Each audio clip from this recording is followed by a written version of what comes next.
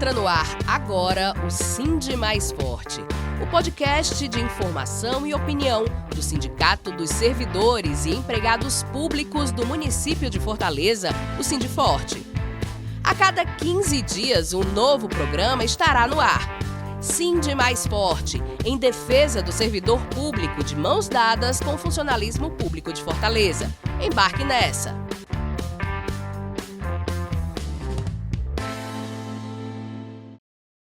Olá pessoal, tudo bem? Eu sou o jornalista Márcio Rodrigues e estamos começando agora mais um episódio do Sindi Mais Forte. É o novo canal do Sindiforte para se comunicar com a população fortalezense. Como todos sabem, o Sindiforte é a mais ampla e representativa entidade de defesa dos interesses dos servidores públicos do município de Fortaleza, e o seu sindicato traz para você a visão da classe trabalhadora por meio desse podcast. Por trás das câmeras, ajudando a levar a vocês uma imagem e um som de alta qualidade, temos a presença luxuosa de Silvio Mota e César Mota. Para fazer a cobertura do Making Off, Júlio Quintana, da House 1240. Hoje o tema é o tarifaço de Donald Trump e a soberania do Brasil em relação às forças do imperialismo comandado pela economia norte-americana.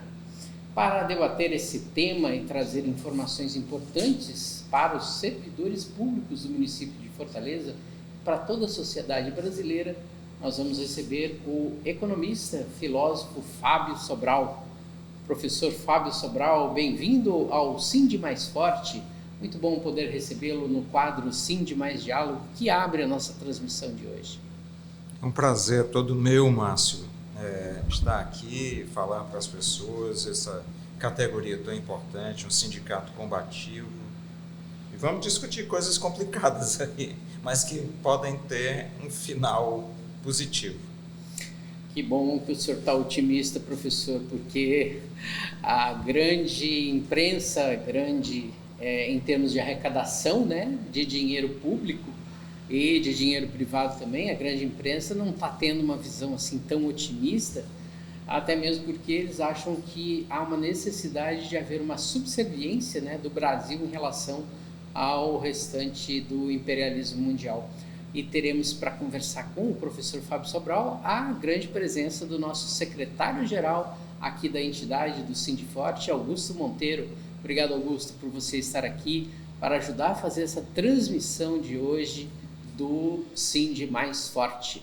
Obrigado, Márcio. Olá a todos, a equipe aqui do Sindi Mais Forte, ao companheiro Márcio, que está sempre na luta aqui com a gente, o grande professor Fábio Sobral, né, que foi meu professor, só não vou dizer há quantos anos atrás foi, para não descobrirem aí a idade da gente, né? Foram poucos. E tal. Mas continuamos aí atualizados e tentando dar conta da conjuntura e daquilo que é o necessário para o diálogo e para o acúmulo do conjunto da classe trabalhadora, dos servidores e das servidoras, dos trabalhadores e das trabalhadoras de uma forma geral, a quem também eu saldo aqui e que é um dos objetivos do Sindi, do nosso podcast, do Sindi Mais Diálogos, que é estar discutindo com o conjunto da classe trabalhadora, do serviço público, mas também daqueles trabalhadores mais precarizados, aquilo que é de interesse e o que afeta de forma concreta a sua vida no cotidiano, entre elas essa questão do tarifaço, por exemplo. Obrigado, Márcio, estamos aqui à disposição.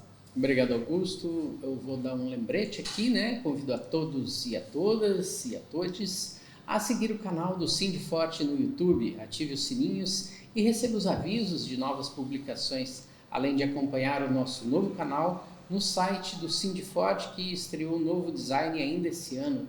Além disso, estaremos no Spotify. Vem com a gente para um novo episódio a partir de agora. É hora de ouvir a voz dos servidores e empregados públicos de Fortaleza. No quadro Sindi Mais Cultura de hoje, a gente vai trazer para você uma opção também de lazer legal, gratuita, que é o funcionamento do Museu Ferroviário Estação João Felipe, ali no centro de Fortaleza. Eu e o jornalista Haroldo Barbosa produzimos o Sind Mais Forte. Vem aqui com a gente.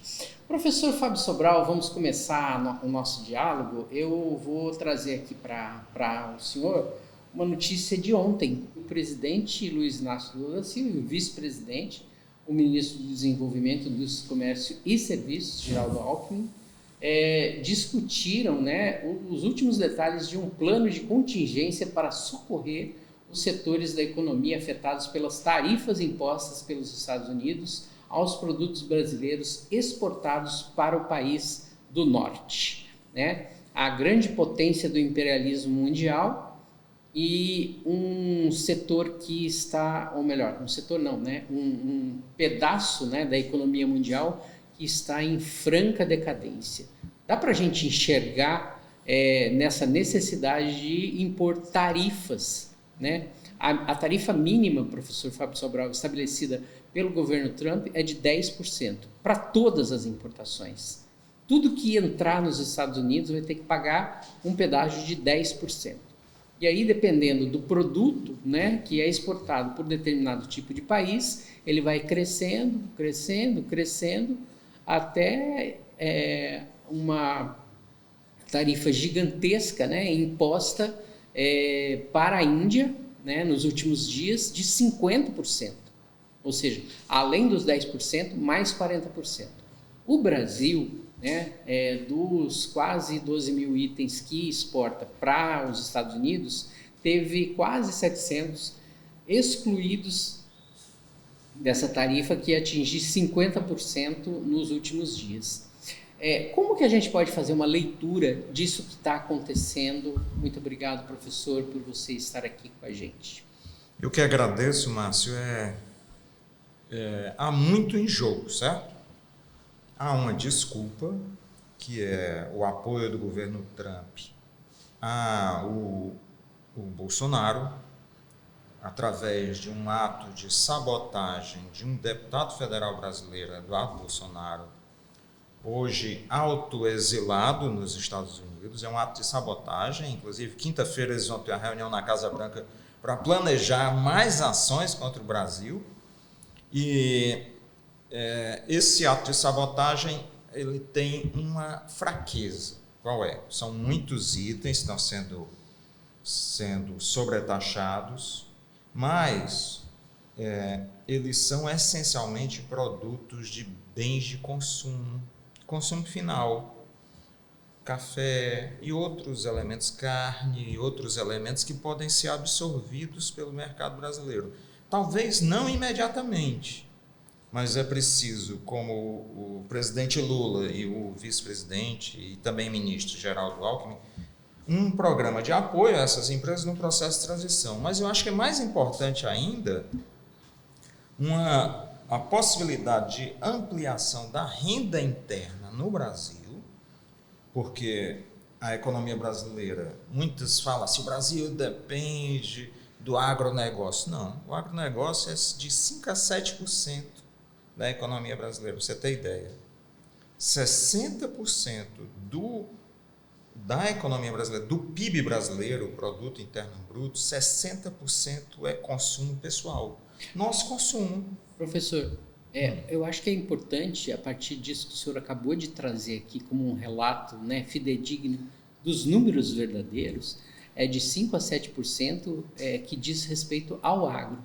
Mas a gente vê tanta propaganda dizendo que o agro é isso, que o agro é aquilo, que o agro é tudo de bom, que o agro é que faz o Brasil ser a 10ª economia do mundo.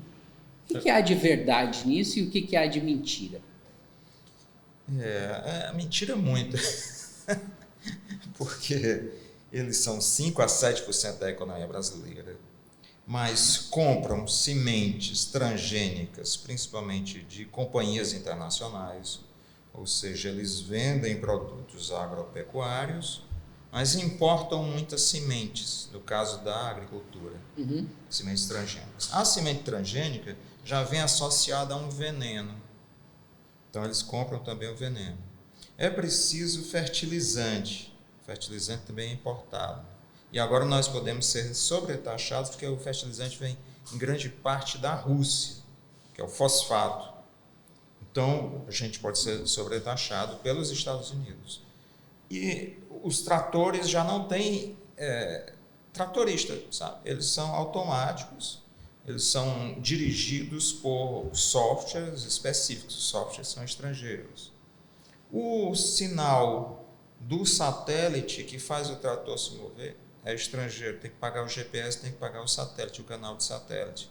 Então, há uma série de vazamentos do setor agropecuário que está por ser feita à conta do que realmente eles contribuem com a economia brasileira. Eles fazem entrar um certo volume de dinheiro, mas há uma perda enorme, um vazamento. Isso sim, a economia se chama matriz de insumo-produto, certo? Certo. Para ser técnico. Então, isso é uma pergunta importantíssima que você fez. Qual é a verdadeira riqueza do mercado brasileiro? A verdadeira riqueza do mercado brasileiro é aquela pessoa assalariada, geralmente até 3 salários mínimos, que faz 60% da economia brasileira funcionar. Imagine se essas pessoas têm isenção do imposto de renda. Até R$5.000. Que é pouco. Imagine se há uma escala dos que ganham um pouco a mais do que isso, reduzindo o percentual que é cobrado de imposto de renda. Imagine se aposentados não pagassem previdência. O aposentado consome toda a sua renda. Ele consome em remédios, consome em alimento, consome, quem pode, consome em fisioterapeuta, em médico, entende? Em exames, né? Então, em academia, porque muitos aposentados estão se cuidando, vão fazer hidroginástica, vão fazer academia. Então, imagine se essa renda aumenta, o Brasil se torna uma economia com 70% a 75% de pessoas consumindo, e essa é a verdadeira riqueza brasileira. A riqueza brasileira é o seu mercado consumidor interno. Toda política econômica que quer reduzir os salários, que quer cortar direitos trabalhistas, que quer cortar direitos previdenciários, trabalha para solapar, para destruir, como é que chama, que é o termo correto para que o Eduardo está fazendo? Trairagem. Também, ele está fazendo tanta coisa, né? Mas para minar a economia brasileira, para destruir a economia brasileira. Então, não só o Eduardo, mas todos aqueles economistas tradicionais, analistas econômicos que defendem um corte de gastos sociais, estão trabalhando contra o Brasil. Imagine o Bolsa Família. Se você tem uma indústria que produz biscoitos, seja aqui no Ceará, seja em São Paulo, ela depende do Bolsa Família. Entende? E o empresário nem entende isso, eles são tão... Desculpe o termo empresários, não são todos, deve escapar 0,5%, mas de modo geral são ignorantes, certo? Extremamente ignorantes. Aprenderam a economia com, vou dizer outro termo pesado, assim, por gente fuleiragem, cheio de gente fuleiragem ensinando a economia. E aí esse pessoal vai dizer assim, não, tem que cortar o Bolsa Família, esses pobres estão ganhando demais. Se não houvesse aposentadoria rural, transferência de dinheiro da aposentadoria, se não houvesse programas de assistência social, 80% dos municípios do Brasil, em todas as regiões, iriam falir. Imagine o colapso. Colapso do comércio, colapso da pecuária local, da agricultura de abastecimento de local. Subsistência, não né? É nem de subsistência, é de abastecimento dos mercados locais. Agricultura familiar. Entende? 80%. Isso provocaria um imenso deslocamento para as grandes cidades e o colapso seria generalizado. O melhor programa para enfrentar a agressividade dos Estados Unidos no momento é promover um crescimento da distribuição de renda.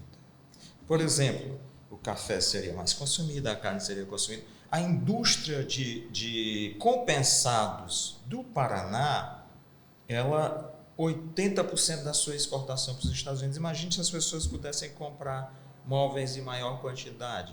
Então, ela seria sustentada internamente, sabe? Nós temos uma oportunidade histórica de transformar a economia do Brasil. Transformar a economia do Brasil, de transformar o pensamento econômico brasileiro, de enxergar a realidade.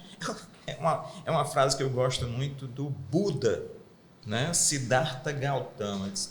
O Buda quer dizer, o pessoal diz, é iluminado, não é acordado, sabia? O Buda diria assim, acorda, meu filho, veja a verdade como é. E a verdade é que o Brasil essencialmente, ele tem uma riqueza gigantesca, que é o seu mercado consumidor interno, a sua população, a sua vida interna. O Brasil não é como a Alemanha. Eu estou vendo os dados da Alemanha constantemente. A Alemanha está em maus lençóis porque ela depende essencialmente de exportações. A Alemanha, terceira economia mundial, só atrás dos Estados Unidos e da China. A Argentina está em maus lençóis porque o seu mercado consumidor interno é pequeníssimo, né? E está cada vez menor por conta da péssima distribuição de riqueza. Exato. Que foi se construindo nos últimos anos. Onde eles aplicam essa medida de reduzir o mercado consumidor interno, o país entra em colapso. Eu queria colocar o Augusto aqui. Augusto, quando a gente fala, né, quando o professor está aqui citando uma melhor distribuição de renda, ele está falando também de boa parte do funcionalismo público. E a gente está olhando para o funcionalismo público, por exemplo, de Fortaleza, e a luta do Sindiforte, né, desde que assumiu há cerca de 1 ano e 2 meses atrás, é fazer com que a prefeitura sente na mesa e consiga dialogar com os sindicatos, não só o Sindiforte, mas a FIRCEP-FOR, né, a outra frente, que é a União Sindical, e também outros sindicatos, reunir todo mundo numa mesma mesa, para fazer com que a prefeitura finalmente, né, tire do papel a renovação dos planos de cargos, carreiras e salários.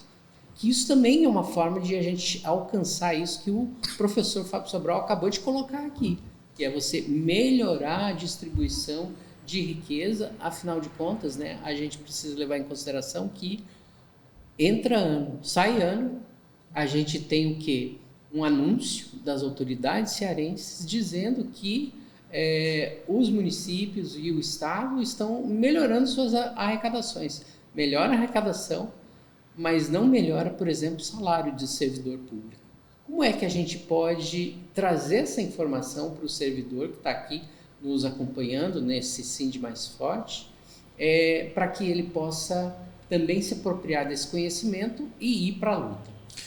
Bom, primeiro sim, é muito importante a gente estar ouvindo o professor Fábio, que inclusive esse tipo de debate a gente está muito longe de ter na mídia tradicional, né? Na mídia corporativa, digamos assim, que inclusive é uma aliada de longa data e está fechada com o agronegócio e com o sistema financeiro, né? Ontem, uma boa parte do Jornal Nacional foi falando do Congresso do Agro, né?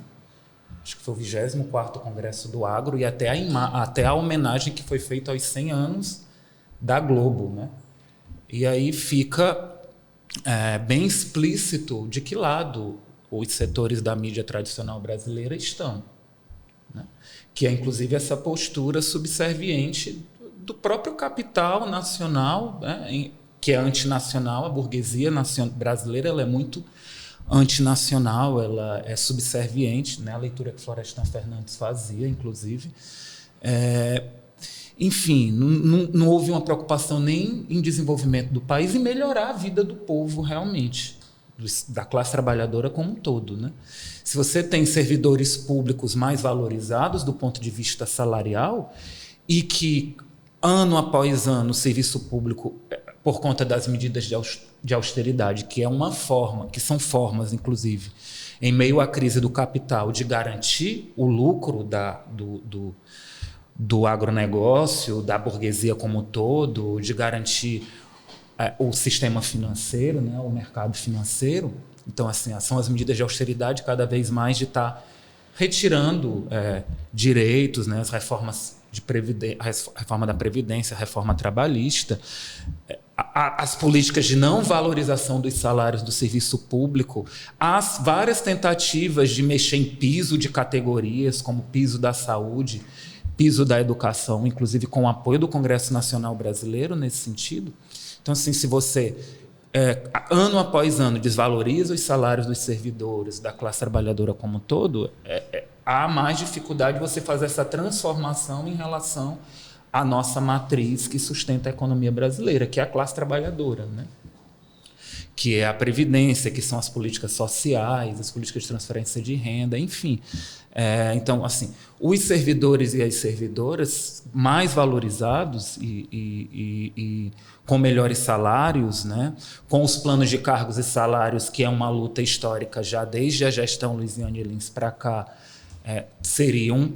teriam um papel muito importante e está fazendo essa economia, inclusive, absorver esse ataque à nossa soberania e um ataque que o país vem sofrendo, inclusive com a sabotagem dos setores da extrema-direita que estão juntos e que não são patriotas, né? São antipatriotas, na verdade, né?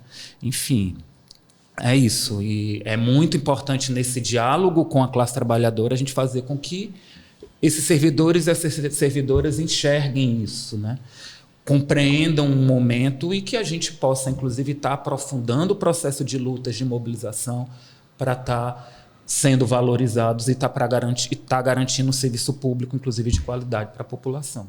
Professor Fábio, o senhor quer fazer uma complementação daquilo que o Augusto está falando? Eu achei excelente o que ele disse e é preciso, inclusive, que seja feito um cálculo. Em economia dá para fazer isso. Tem uma área da economia chamada econometria. Quanto o salário de um servidor, de uma servidora, entra no comércio de Fortaleza? Se ele entra no comércio, quanto ele gera de arrecadação? Esse outro, a loja onde ele comprar, o local onde ele comprar, uma lanchonete, um restaurante, vai ter que comprar suprimentos, né? Se você foi lá e comprou um depósito de plástico, o depósito tem que ser reposto. Tem novo movimento. Tem arrecadação no transporte, tem arrecadação na compra, tem arrecadação nas matérias-primas. Entende? Então, o salário dos servidores, o servidor não vai queimar o dinheiro, né? Pegar o dinheiro, ninguém pega mais nem dinheiro, né? Você não vai pegar o dinheiro e queimar no meio da rua. Ele não some. Ele entra no mercado, ele movimenta a economia, ele promove uma espécie de encadeamento, sabe? Ele vai sendo encadeado, ele vai provocando. É uma imagem que é muito usada, é como se houvesse um laguinho com água parada, aí você vem, pega aqui uma pedrinha, o salário do servidor, joga no meio do lago, aí forma umas ondas, ele movimenta, sabe? Ele tem efeitos multiplicadores, né? O salário dos servidores movem quanto do comércio de Fortaleza? Quanto do setor industrial, do setor de transporte, do setor de cultura? Entende? Então, a ideia de que você deve constantemente cortar salários de servidores e que você deve congelar salários de servidores é uma ideia totalmente irracional do ponto de vista econômico, sabe? Do ponto de vista econômico, de quem está acordado. Do ponto de vista budista, de quem está acordado. Porque quem está dormindo acha que é preciso cortar, entende? Jogam uma imagem, né, de que o serviço público no Brasil ele é inchado, ele é muito caro e que é ineficiente, ou seja, uma visão extremamente preconceituosa, discriminatória, com quem na base, cotidianamente, está lá atendendo a classe trabalhadora, aquela mais precarizada, que o mercado não atende. E assim, né, Augusto, se a gente for olhar, né, com uma lupa, a gente vai perceber que o salário do servidor público ele não é um custo para a sociedade, ele é um investimento para que a sociedade seja melhor atendida, né? Se atenda melhor o público em geral, e normalmente o público em geral são os trabalhadores, né? Sejam eles precarizados ou não, né? Assalariados por meio da CLT ou remunerados por conta de um trabalho precário, mas que o dinheiro vai entrar e vai movimentar a economia e vai fazer com que a economia gire de uma maneira, inclusive, mais profícua, né? Que atinja uma maior parcela da população. E outra, Márcio, é o seguinte, imagine, se você tem professores na escola formando, nossa época é uma época de informação, se essas pessoas, essas crianças, adolescentes são bem formadas, imagine isso prepara para o mercado de trabalho, uma empresa se beneficia com isso, entende? Se uma pessoa é atendida na saúde, né, faz um programa de exercício na praça, sabe? Redução da massa da massa corporal, redução do colesterol com exercício. Isso corta gastos nos hospitais, entende? Aumenta a saúde psicológica, reduz a necessidade de atendimento médico, psicológico, psiquiátrico. Você tem um fisioterapeuta, uma fisioterapeuta, recoloca a pessoa de volta para a possibilidade de trabalhar mais rápido. Entende? Então, há uma série de elementos em que o serviço público é essencial. O capitalismo, o capital, as empresas não são capazes de atender, no capitalismo não são capazes de atender o conjunto da população. Isso aí já foi aprendido, foi visto, sabe onde? No século XIX. No século XIX havia o primeiro-ministro da Alemanha, o chanceler da Alemanha, Bismarck, que pensou o que se chama de Estado Social, em 1870. Então ainda tem hoje, quer dizer, em 1970, nós vamos chegar a 2070 as pessoas sem entenderem isso. Entende? É complicado, né? É super. Professor, ouvi o senhor falar ontem, né, a respeito também de arrecadação, né, que é feita a partir do pagamento de impostos no Brasil. E que, infelizmente, né, a gente ainda está cercado por informações que você acaba consumindo da mídia hegemônica, né, que são aquilo que o Augusto acabou de dizer aqui, a mídia tradicional, que diz que o governo precisa cortar gastos para equilibrar as finanças. Isso daí acaba sendo uma grande falácia também, né, professor? Porque a gente tem pagado, né, só em serviços da dívida, algo em torno de R$1 trilhão por ano. E a gente tem dado subsídios da ordem de 800 bilhões de reais para o conjunto do empresariado de altíssima patente, né? Quem mais concentra a renda no Brasil. O que isso significa em termos de arrecadação no Brasil e como é que a gente pode compreender isso à luz, né, desse tarifaço do Trump? Tá aí uma coisa que eu concordo com eles, tem que cortar gastos. Certo? Mas quais gastos? O grande debate, inclusive no Tribunal de Contas da União, que tem promovido debates, o tema é o seguinte, é a qualidade do gasto. Certo? Quais são os gastos que precisam ser cortados? Juros. É gasto. Não gastos sociais, mas gastos financeiros. Os gastos financeiros têm que ser cortados. E o pior é o governo, na figura do Banco Central, que decide quanto de juros vai pagar. Sabe? Então corta. E hoje em dia a gente está pagando 15% para quem tem grandes fortunas e consegue comprar papéis do Brasil. É isso? Olha, tem um esquema chamado, em inglês, carry trade. Que significa? Comércio de carregamento. Uma coisa assim. Mas não quer dizer nada. Esse pessoal inventa uns nomes assim. estranhos. Na verdade, É só para dar golpe, né, professor? Na verdade, é uma coisa medieval chamada senhoriagem, certo? Um senhor exige uma remuneração. Por quê? Porque ele é ele que manda. Se você não der, ele vai te pegar, certo? É mais ou menos o que a máfia faz. As facções fazem, né? Todo o esquema é o esquema de cobrar proteção. Proteção de quem? De mim mesmo. Aí você vai, é o seguinte, eles pegam... Sabe quanto são os juros do Japão? Os juros no Japão, se eu não me engano, está em 0,5% ao ano. Acho que está menos, professor. É menos. Ou é 0 ou é 0,5%. É. Aí você pega, imagine, $1 milhão a 0,5% no Japão.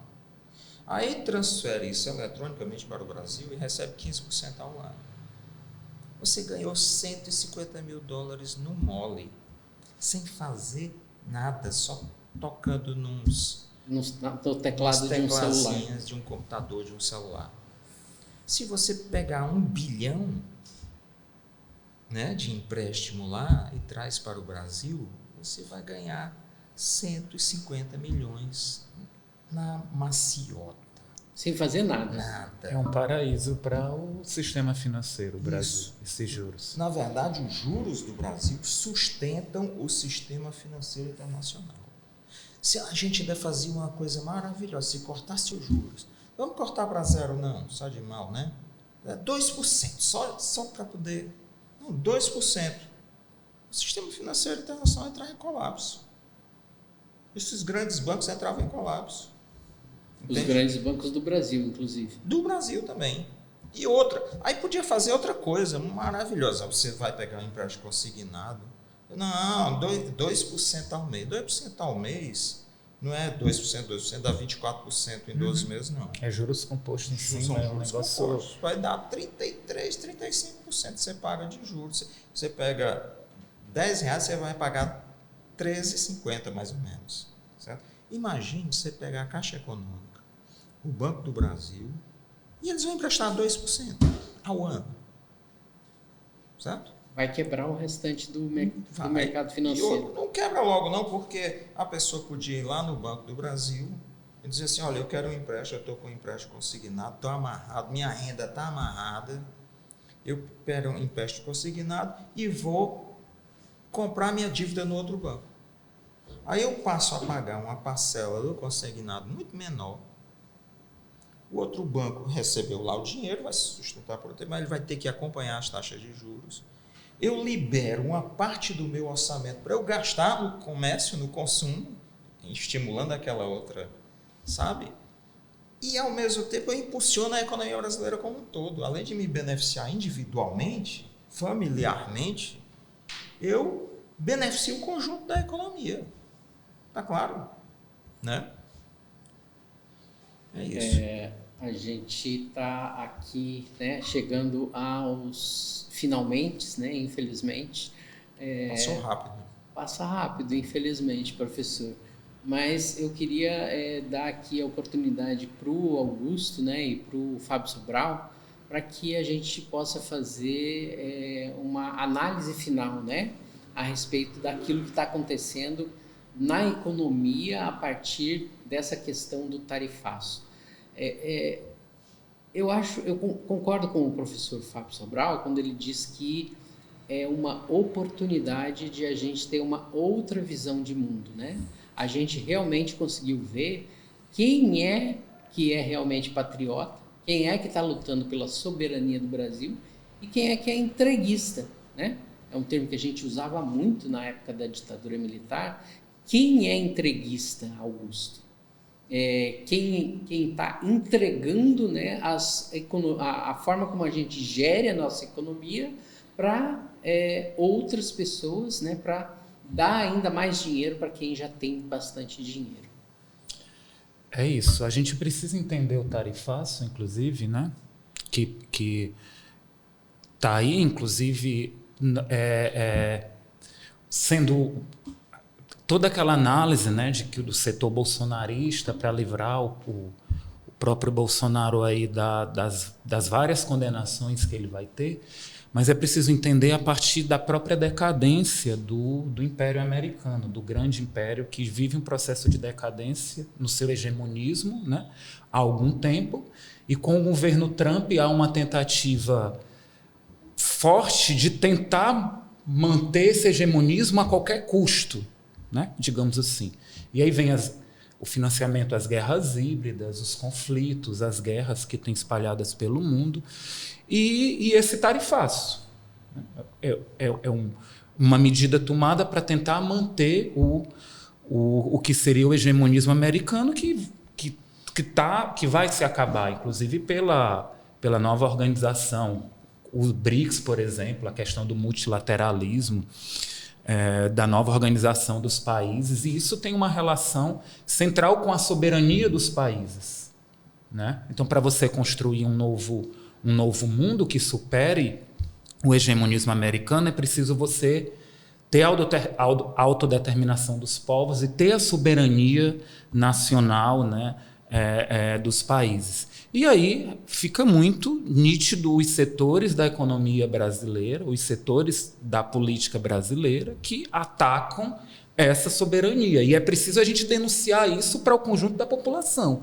Por exemplo, um pouco antes de ser anunciado o tarifaço, teve uma galera que começou a comprar dólar, né? Começou a comprar dólar, porque havia uma previsão de que o dólar ia crescer, e essa turma ia ganhar muita grana com a declaração do tarifaço pelo Trump, né? Ou seja, uma especulação absurda e uma sabotagem absurda, né, ao país. Mas é preciso, a partir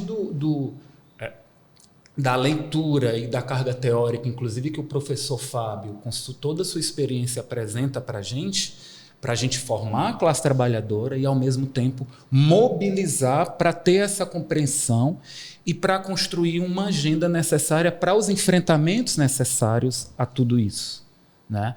E aí existe, inclusive, alguns pontos que a gente precisa, os movimentos sociais, o movimento sindical, as centrais sindicais, as frentes de luta, ou seja, todos aqueles que organizam a classe, para estar trazendo e massificando a luta da classe trabalhadora, porque a gente tem perdido um pouco esse diálogo e esse protagonismo, né? E aí, além dessa coisa do tarifaço, o plebiscito popular é uma ferramenta importante. A luta pelo fim da escala 6x1, a redução da jornada de trabalho sem redução de salários, a questão da isenção do imposto de renda para os setores da classe média, né? Para quem ganha até 5 mil reais. São mecanismos que a gente precisa, enquanto aqueles que puxam as lutas da classe trabalhadora, além da gente desenvolver esse arcabouço teórico, tentando compreender, ou seja, fazendo análise de conjuntura e se localizando, mas temas que a gente precisa trazer de forma concreta a classe trabalhadora para o lado da gente, porque é preciso isso. A gente tem dificuldade de mobilizar as pessoas se elas não sentirem que aquele tema ou que aquele ponto ali não as afeta no cotidiano. A gente precisa conseguir trabalhar isso, e que muitas vezes a gente, inclusive, perde esses espaços, né? Perde esses momentos de mobilização. Então, é um desafio que nós precisamos ter. A gente precisa garantir o conjunto dos trabalhadores, das trabalhadoras, dos estudantes, dos aposentados, mobilizados para que a gente possa construir um país novo, que a gente tenha mais justiça social, mais direitos para o conjunto da classe trabalhadora. Enfim, é isso. Augusto, realmente você trouxe informações fundamentais, né, para esse momento histórico, né, que a gente está vivendo. E a gente não pode perder de perspectiva que o plebiscito popular, o alto, né, o final dele, que vai ser o ápice, é o dia 7 de setembro, professor Fábio Sobral. Sim. É o dia da independência do Brasil. O Brasil é independente, professor? Pois eu estou me sentindo um coach. A crise é uma oportunidade. Nós temos a oportunidade de uma certa independência. Aí eu faço propostas assim bem concretas, ousadas e concretas. Uma delas, o Brasil precisa de uma plataforma de comunicação que substitua o WhatsApp. Dá para fazer. As universidades podem fazer. Todo mundo. Vamos aderir, vamos abandonar as plataformas americanas, vamos para a plataforma brasileira. Segundo, o Brasil precisa de um sistema de transferência de dinheiro internacional, inclusive com o Pix internacional. Imaginem, nós iríamos substituir o que se chama o sistema SWIFT americano. Aí eles iam endoidar. Terceiro, eu estou fazendo uma proposta nova, de um desafio ao Sindiforte e aos outros sindicatos. É preciso um movimento popular de servidores públicos das 3 esferas, municipal, estadual, federal, para reduzir os juros do consignado aos servidores e às servidoras. É um tema, é um calo que aperta e que o servidor sofre calado todo mês, aquela facada no seu salário, sabe? É uma parte considerável do salário dos servidores. Isso, para os juros. Para os juros. Então, os bancos sangram o governo e sangram. Aí, quando sangra o governo com a arrecadação tributária, isso não vai para a saúde, não vai para a escola, não vai para o transporte, não vai para a proteção ambiental, não vai para a cultura. Não vai para a moradia. Não vai para a moradia. R$1 investido na cultura, em Fortaleza, gera R$ 2,84. Onde é que você tem um negócio que tem uma valorização dessa, percentual? Não existe, né? Não existe, só talvez só a cocaína, eu não sei os dados. Mas a cultura é um grande elemento de promoção do mercado interno, da riqueza interna. Então, os servidores têm direito à cultura, mas com o consignado amarrando seu pescoço não dá. Nós temos que criar, inclusive os sindicatos discutirem propostas que, como o Augusto falou, mobilizem concretamente as pessoas. Entende? Não sejam... Isso é um tema de democracia econômica. Democracia não se faz só a gente conseguir votar e eles não darem golpe, o que já é muita coisa. É outra coisa. Democracia é a capacidade de ter um futuro. É isso. Tenhamos um futuro. Eu agradeço ao Sindiforte, agradeço a equipe que está aqui, agradeço o cafezinho, que estava ótimo, agradeço ao Augusto, meu ex-aluno há pouquíssimos anos atrás, e agradeço ao Márcio, meu amigo, há muitos anos atrás, desde muitos anos atrás. Muito obrigado, professor Fábio Sobral, muito obrigado, Augusto Obrigado, Monteiro. Márcio, obrigado, Fábio. E a gente vai encerrando aqui o nosso Sindi Mais Diálogo de hoje. Obrigado a vocês que estiveram conosco até agora. Vamos para um breve intervalo e já voltamos para o nosso quadro Sindi Mais Cultura. O associado do Sindiforte que precisa de orientação jurídica para problemas de ordem administrativa ou trabalhista, civil e direito de família pode ser auxiliado pelo seu sindicato. Para marcar horário, você que é sócio do Sindiforte pode agendar uma consulta com os nossos advogados. Eles prestam serviço na entidade de segunda a sexta-feira, das 7h30 às 11h e das 12h30 às 16 horas.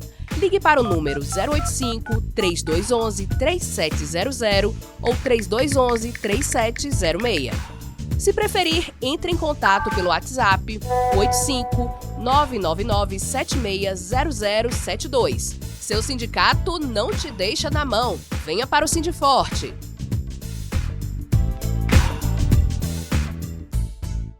É isso aí, pessoal. Gostaram então do Sindi Mais Diálogo? Agora a gente vai para o nosso quadro Sindi Mais Cultura. Hoje nós vamos apresentar para vocês, por meio dos nossos diretores Aldamira Silva e Anderson Castelo Branco, o Museu Ferroviário Estação João Felipe. Vem com a gente! Olá, eu sou Aldamira Silva, diretora de comunicação do Sindiforte. Eu sou Anderson Castelo Branco, diretor de eventos e cultura do Sindiforte. Hoje estamos aqui no Museu Ferroviário do Ceará.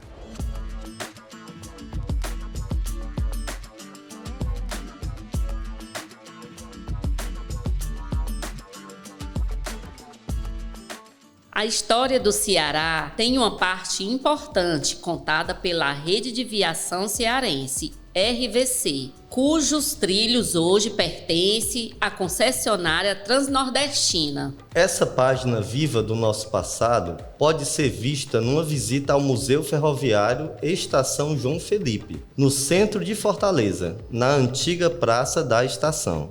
Os trilhos foram importantes para transportar duas das principais riquezas das terras cearenses, o café e o algodão. Para saber mais, é preciso visitar o rico acervo ferroviário lá preservado.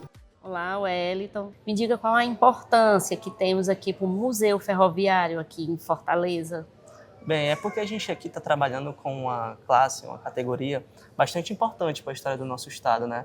Que durante muito tempo ajudou no crescimento e na valorização do estado do Ceará. Então é importante a gente estar preservando e guardando essa memória por questão disso. A gente está preservando a memória do nosso estado, não somente dessa classe. Gostaria que você falasse um recorte histórico do museu aqui para Fortaleza. Bem, aqui a gente trabalha com as histórias da ferrovia do nosso estado, né? Então, assim, a gente está trabalhando aqui desde o comecinho da ferrovia, que foi no final do século XIX, aproximadamente até o final dela, né, que ali é a década de 80, mais ou menos do século passado. O Museu Ferroviário funciona como um portal para o passado, permitindo que visitantes explorem a importância das ferrovias no desenvolvimento econômico e social do Ceará. O museu guarda objetos, documentos e fotografias que testemunham a trajetória da ferrovia no estado, desde sua implantação até a sua influência na vida cotidiana e no desenvolvimento urbano. O espaço revive a memória dos ferroviários e suas famílias, destacando a importância do trabalho deles e o impacto das ferrovias na vida das comunidades. O museu oferece atividades educativas, visitas guiadas e projetos de pesquisas, incentivando o conhecimento sobre a história da ferrovia e sua relação com a história do Ceará. O museu se torna um ponto de referência cultural, atraindo visitantes interessados em conhecer a história do Ceará e a importância das ferrovias em sua formação.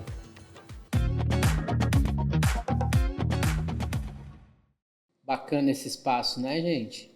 Então, vocês podem ir lá porque é de graça. E é uma recuperação daquilo que é a história, né, das ferrovias aqui no estado do Ceará. Aliás, o modal ferroviário deveria ser uma das prioridades de uma boa administração pública. Mas isso é um papo para o Sind Mais Diálogo, num outro dia. Hoje a gente vai ficando por aqui com o seu Sind Mais Forte. Voltamos daqui a 15 dias com um novo episódio. Tchau, tchau, pessoal! Você assistiu e ouviu Sind Mais Forte, o seu podcast do Sindforte, o principal sindicato na defesa da classe trabalhadora pública de Fortaleza. Aqui você ouve e assiste a opinião política da sua entidade. Acesse informações sobre os seus direitos, lutas e conquistas. Ouve dicas culturais e de lazer. Produção de Haroldo Barbosa e Márcio Rodrigues. Apresentação: Márcio Rodrigues.